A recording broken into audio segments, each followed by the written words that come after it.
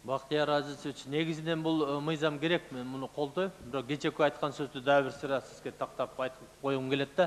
Жана мамлекеттик түзүлүш деп атпайсызбы, курамы. Айыл, район, область анан мамлекет болуп атпайбы? Анан шаарлар. Бизде Бишкектин тегерегинде жан конуштар бар да.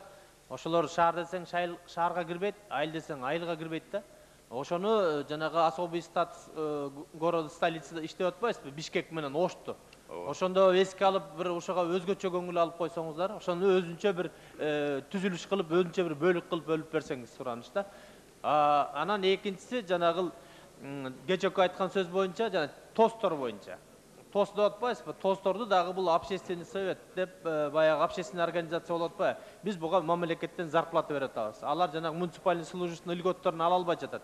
Biz tostorga бере турган болсок, анда бүт Кыргызстандагы жана общественный организациянын барына биз зарплата беришибиз керек да. Бул жагынан бул мыйзамдын негизинде туура эмес да. Ушуну тосторду жоюп туруп, жанагы муниципальный территориальный округ кылсак, или управление кылсак, эмтүү ошондо туура болот да.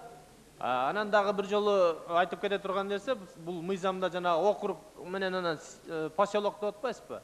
Ошол негизи сиз айтып атасыз, конституцияда ушундай жазылган, өзгөртө албайбыз деп. Туура конституцияны сиз да өзгөртө албайсыз, бирок бул жерде сиз турасыз президенттин өкүлү, премьер министрдин өкүлү турасыздар, 90 депутат турабыз. Ушунун бардыгы биригип алып туруп, ушул округ менен анан поселок деген эки сөздү которо албасак, эмнебиз анда эмеде? Ошон үчүн 90 депутат эки сөздү кыргызча которо албасак, бул туура эмес да. Негизи келечекте муну кыргызча которушубуз керек. Конституцияга өзгөртүү киришибиз керек да.